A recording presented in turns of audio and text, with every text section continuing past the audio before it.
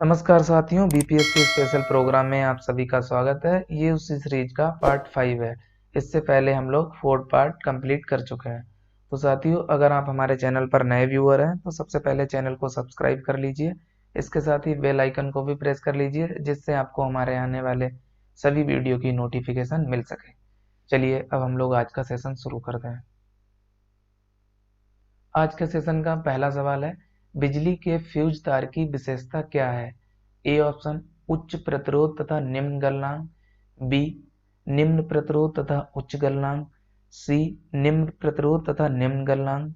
और डी, उच्च प्रतिरोध तथा उच्च गलनांक।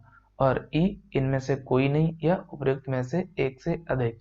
तो इसका सही जवाब है ए ऑप्शन, यानी उच्च प्रतिरोध तथा निम्न गलनांक। अगला सवाल है, भारत में शिक्षा एक है। ए ऑप्शन, नागरिक अधिकार। बी, मौलिक अधिकार। सी, राजनीतिक अधिकार। डी, राज्य दायित्व। और ई, इनमें से कोई नहीं या उपयुक्त में से एक से अधिक। तो इसका सही जवाब है बी ऑप्शन, यानी मौलिक अधिकार।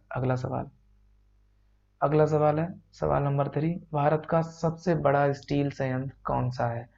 ए, भिलाई। बी, बोकारो। सी, दुर्गापुर। डी, जमशेदपुर। और ई, इनमें से कोई नहीं या उपयुक्त में से एक से अधिक। तो इसका सही जवाब है ए ऑप्शन, यानी भिलाई। अगला सवाल अगला सवाल है सवाल नंबर 4, औरंगाबाद नाम के दो शहर हैं जिनमें एक बिहार में है और दूसरा कहाँ पर स्थित है? ए, आंध्र प्रदेश। बी, महाराष्ट्र।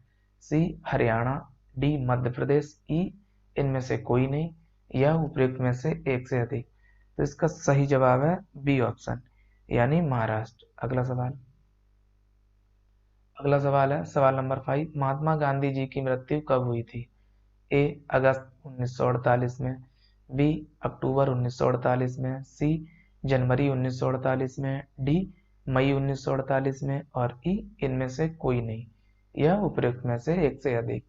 तो इसका सही जवाब है सी ऑप्शन, यानी जनवरी 1948 में। अगला सवाल है सवाल नंबर 6, बक्सर के युद्ध में अंग्रेजों ने किसको परास्त किया? आपको पता होगा जो बक्सर का युद्ध 1764 में हुआ था, उसमें आपको बताना है अंग्रेजों ने किसे परास्त किया। ए, मीर मदान। बी, मिर्जा अयूब खान। सी, सिराजुद्दौला। डी, मीर कासिम। और ई, इनमें से कोई नहीं या उपयुक्त में से एक से अधिक। तो इसका सही जवाब है डी ऑप्शन, यानी मीर कासिम। आपको पता होगा सिराजुद्दौला को प्लासी के युद्ध में हराया था 1757 में। अगला सवाल है सवाल नंबर 7, 1857 में बैरकपुर में अंग्रेजों के विरुद्ध विद्रोह की शुरुआत किसने की थी? ए, किशन पांडे। बी, हरकिशन पांडे। सी, मंगल पांडे। डी, कुंवर पांडे। और ई, इनमें से कोई नहीं या उपयुक्त में से एक से अधिक। तो इसका सही जवाब है सी ऑप्शन, यानी मंगल पांडे। अगला सवाल अगला सवाल है सवाल नंबर 8, पानीपत का तीसरा युद्ध किनके बीच लड़ा गया था? ए, अकबर और बाबर। बी, मराठा और अहमद शाह अब्दाली के बीच। सी, हुमायूं और टीपू सुल्तान के बीच। डी, बाबर और इब्राहिम लोदी के बीच। ई, इनमें से कोई नहीं या उपयुक्त में से एक से अधिक। तो इसका सही जवाब है बी ऑप्शन, यानी मराठा और अहमद शाह अब्दाली के बीच। अगला सवाल जो 1761 में हुआ था। हम लोग अगले सवाल पर आते हैं। अगला सवाल है सवाल नंबर 9, निम्नलिखित में से कौन संभावित रूप से स्वचालित वाहनों के लिए पेट्रोल का प्रदूषण मुक्त विकल्प है? A, ethanol. B, butanol. C, propanol. D, acetylene.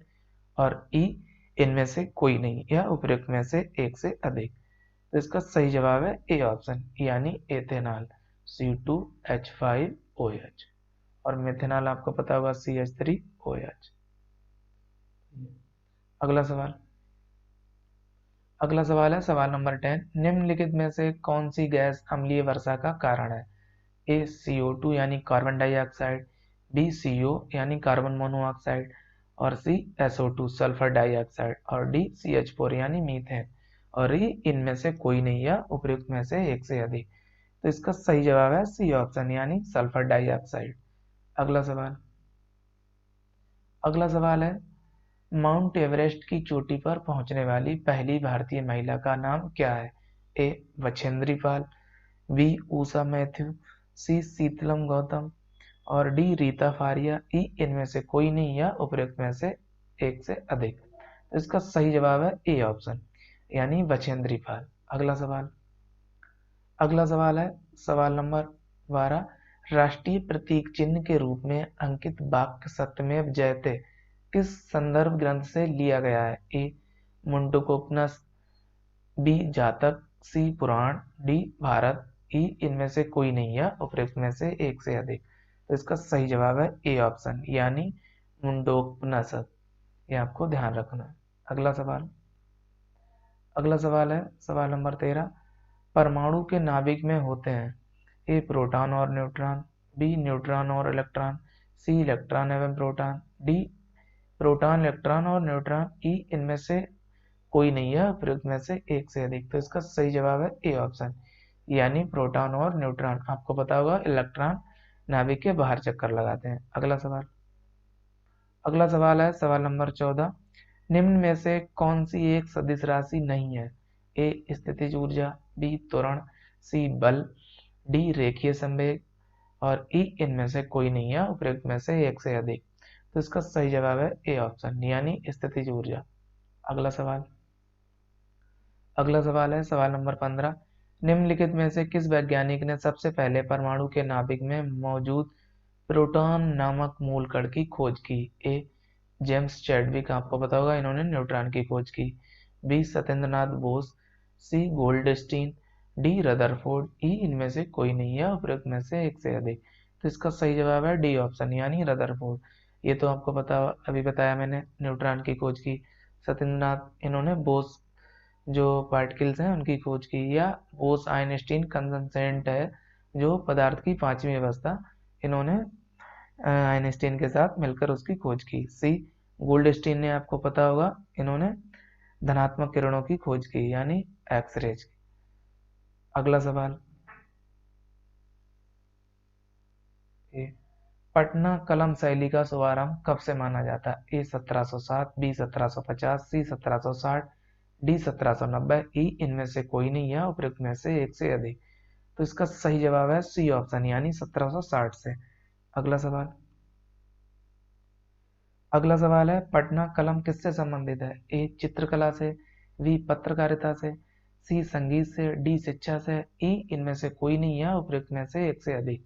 तो इसका सही ऑप्शन है ए, यानी चित्रकला से। अगला सवाल,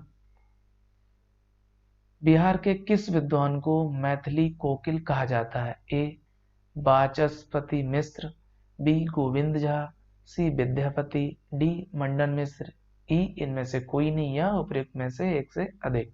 तो इसका सही जवाब है सी ऑप्शन, यानी विद्यापति को मैथिली कोकिल कहा जाता है। अगला सवाल है सवाल नंबर 19। निम्न में से कौन सी रचना फणीश्वर नाथ रेणु की नहीं है? ए कितने चौराहे, बी वर्ण रत्नाकर, सी जुलूस, डी मैला आंचल, ई इनमें से कोई नहीं है उपयुक्त में से एक से अधिक। तो इसका सही जवाब है बी ऑप्शन, यानी वर्ण रत्नाकर। बाकी सभी फणीश्वर रेणुनाथ की रचनाएं हैं। अगला सवाल है पटना कलम चित्रकला शैली किस काल से संबंधित है? ए सल्तनत काल से, बी परिवर्ती मुगल काल से, सी आधुनिक काल से, डी पाल काल से और ई इनमें से कोई नहीं है उपयुक्त में से एक से अधिक। तो इसका सही जवाब है बी ऑप्शन, यानी परिवर्ती मुगल काल से। अगला सवाल है बिहार में सोरठा सभा मेला कहाँ आयोजित होता है? ए मिथिलांचल, बी छपरा, सी वैशाली, डी भोजपुर, ई इनमें से कोई नहीं है उपयुक्त में से एक से अधिक। तो इसका सही जवाब है ए ऑप्शन, यानी मिथिलांचल। अगला सवाल है बिहार के सारण जिले में सोनपुर का मेला किस नदी के किनारे आयोजित किया जाता है? ए सोन गंगा के संगम पर, बी पुनपुन नदी के पास, सी गंगा गंडक के संगम पर, डी सोन घाघरा के संगम पर, ई इनमें से कोई नहीं या उपयुक्त में से एक से अधिक। तो इसका सही जवाब है सी ऑप्शन, यानी गंगा गंडक के संगम पर। अगला सवाल है सवाल नंबर 23। सबसे पहले विदेह राज्य का उल्लेख कहाँ से प्राप्त होता है? ए यजुर्वेद, बी ऋग्वेद, सी सामवेद, डी कौटिल्य के अर्थशास्त्र में, ई इनमें से कोई नहीं या उपयुक्त में से एक से अधिक। तो इसका सही जवाब है यजुर्वेद। अगला सवाल है सवाल नंबर 24। महाजनपदों में कितने जनपद बिहार क्षेत्र में थे? ए 1, बी 2, सी 3, डी 4, ई इनमें से कोई नहीं या उपयुक्त में से एक से अधिक। तो इसका सही जवाब है सी ऑप्शन, यानी 3। अगला सवाल जो आज के सेशन का अंतिम सवाल है, बिहार के बारे में सर्वप्रथम लिखित जानकारी कहाँ से मिली थी? ए शतपथ ब्राह्मण, बी महाभारत, सी रामायण, डी कौटिल्य का अर्थशास्त्र, ई इनमें से कोई नहीं या उपयुक्त में से एक से अधिक। तो इसका सही जवाब है ए ऑप्शन, यानी शतपथ ब्राह्मण से। तो साथियों आज के सेशन में इतना ही। तब तक के लिए आप सभी लोग ध्यान रखिए। अगले सेशन में हम लोग कुछ नए सवालों के साथ आपसे मुलाकात करेंगे। अगर आपको वीडियो पसंद आया तो वीडियो को लाइक कीजिए तथा दोस्तों के साथ शेयर भी कीजिए।